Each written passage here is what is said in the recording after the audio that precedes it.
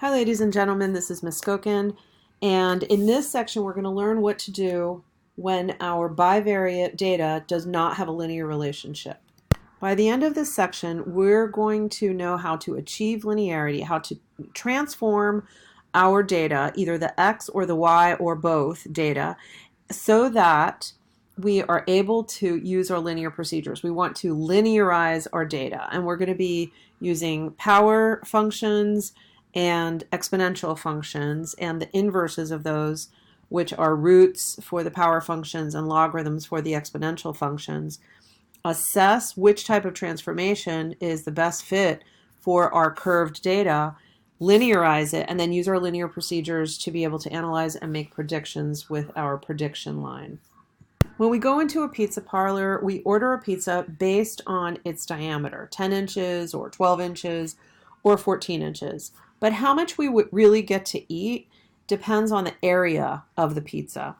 So we know that the area of a circle, which is usually the shape of a pizza, is pi times r squared. And when we have a round pizza with diameter x, we can say that the area is equal to pi times x over 2, so diameter divided by 2, which is the radius, squared. If we evaluate that power, then we're going to end up with pi over 4 times x squared. This is an example of a power model. A power model has the form y equals a times x to the p power. And in this model with our pizza situation, our value of a is pi over 4, and the value of the power, or the exponent, is 2. We know that the diameter and the radius are one-dimensional. So when we square it, we end up with something two-dimensional, or area. So it's not really a linear relationship, but we can linearize that. And what will happen is if we transform the value of the explanatory variable or the x variable by raising it to the p power and then graph those points, x to the p comma y, then the scatter plot should appear to have a linear form.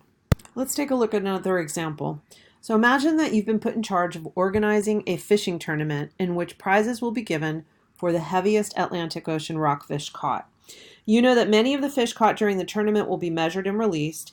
You are also aware that using delicate scales to try to weigh a fish that is flopping around in a moving boat will probably not yield very accurate results. It would be much easier to measure the length of the fish while on the boat and then use the length to try to predict the weight. So we can see here, and it looks like we have 20 pieces of data, 20 XY pairs, relating the length of the fish to the weight of the fish. And these are the actual data. When we look at the scatter plot, we clearly see that there's a very strong curved relationship between length and weight.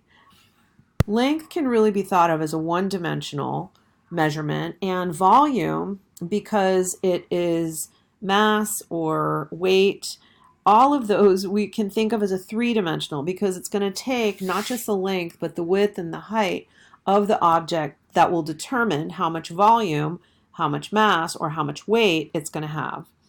And so we can see that a power model in the form weight is equal to a times the length cubed should describe the relationship accurately. So we perform a transformation. We take the length and we cube it and graph weight against length cubed. And you can see the resulting scatter plot is pretty linear. But that's not the only way for us to transform the data. The other thing that we could do is we could take that weight, that three-dimensional measurement, and take the cube root of that and plot that against the original length.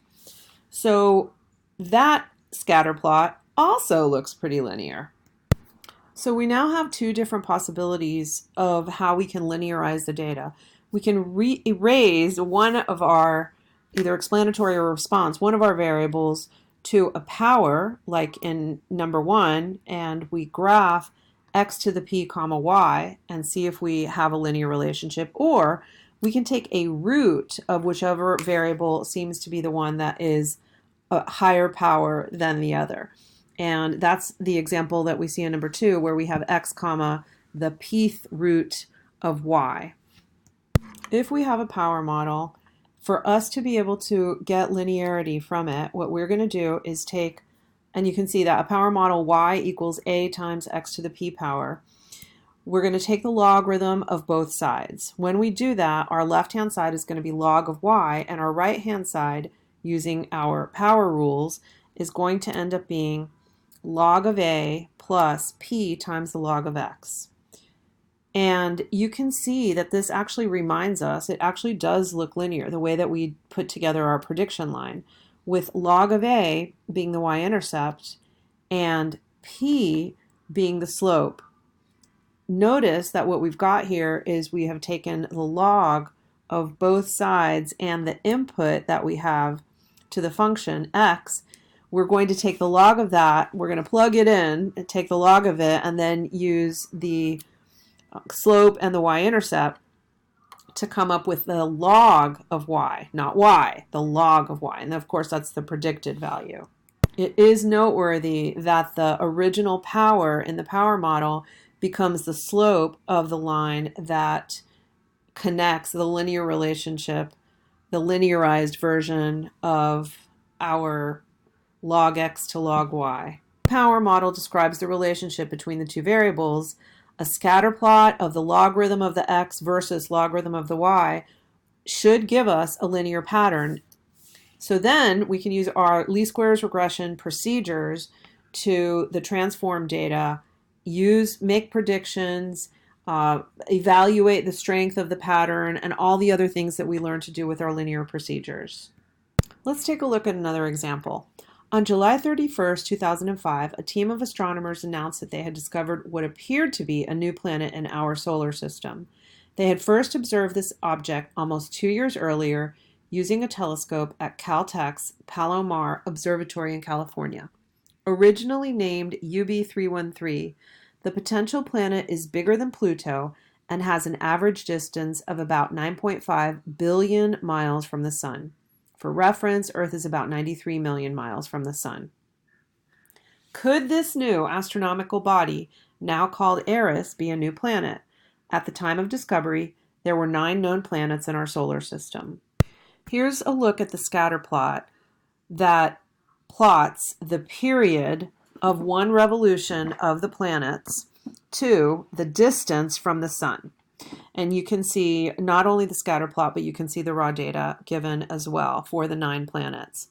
And when we look at the pattern in the scatter plot, we see that it is a very strong and definitely curved relationship between distance from the Sun and period of revolution. So we use both of the procedures that we just talked about to transform the data. And on the left-hand side, we're plotting the logarithm of the period against that distance. And on the right-hand side, on B, we're plotting the logarithm of the period against the logarithm of the distance away from the Sun. We can clearly see that the one on the left, where we're only taking the log of the y data, is clearly curved. It is clear. It looks very much like a logarithmic function. And so we know that using an exponential model for this data, where we plot the log of the y against the x, would not be appropriate. Now on that right-hand side scatter plot, where we take the log of both the x and the y, we can see a definite linear pattern. So we know that this model is appropriate. So just a reminder that whether we use the log base 10 log or the log base e ln, the natural logarithm, we're going to end up getting the same results. The only thing that we would have to do within the problem is be consistent. Sometimes we're given raw data, and sometimes we're given summary statistics in the form of Minitab output or computer output.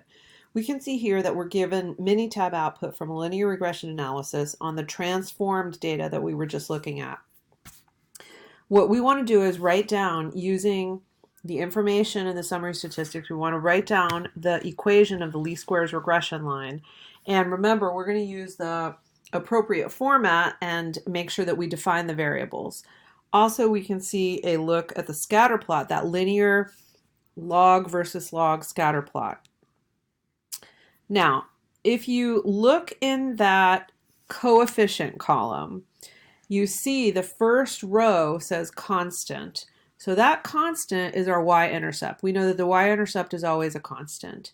But right below that is what we would actually term the coefficient, which is the slope. So the slope is the 1.49986 number. And don't forget the hats in this case, because we took the log of both the x and the y to linearize our data. The equation is going to read the natural log of period hat is equal to the y-intercept plus the slope times the natural log of the distance. So what we're going to do now is we're going to use that model to try to predict one revolution for Eris using the distance from the sun that was given to us. So we start out with the equation natural log hat is equal to y-intercept plus slope times natural log of the distance. And the first thing that we're going to do is we're going to substitute in that distance. Then we take the log of it. Then we multiply by the 1.49986 number, which is the slope. Then we add the y-intercept number. We get a result of natural log of period hat is equal to 6.939. And in order for us to turn that back into period hat instead of natural log of period hat, what we need to do is raise both sides using e as the base. So when we do that, the natural log and the e cancel out, and we end up with period hat is equal to e raised to the power 6.939. We put that into our calculator and we get the actual period, which is 1,032 years. So that's supposed to be the period of one revolution for this newly discovered suspected planet, Eris. Here's a look at the residual plot of the original XY relationship, and notice that we definitely see a very strong pattern indicating that the original data was curved, but we already knew that. So let's see what we've got here. We ended up with a value for the natural log of distance of 6.939, which would be way on the right-hand side of the residual plot. We know that this residual plot of positive, negative, positive means that the residual for when the natural logarithm of the distance is 6.939, we're going to end up with a positive residual. And that means with a positive residual that the actual is higher, so we would expect our prediction to be too low. I'm going to end this part 1 video now, and we'll pick up on this slide when we get back for part 2 of this section, Achieving Linearity. See you back in a few minutes.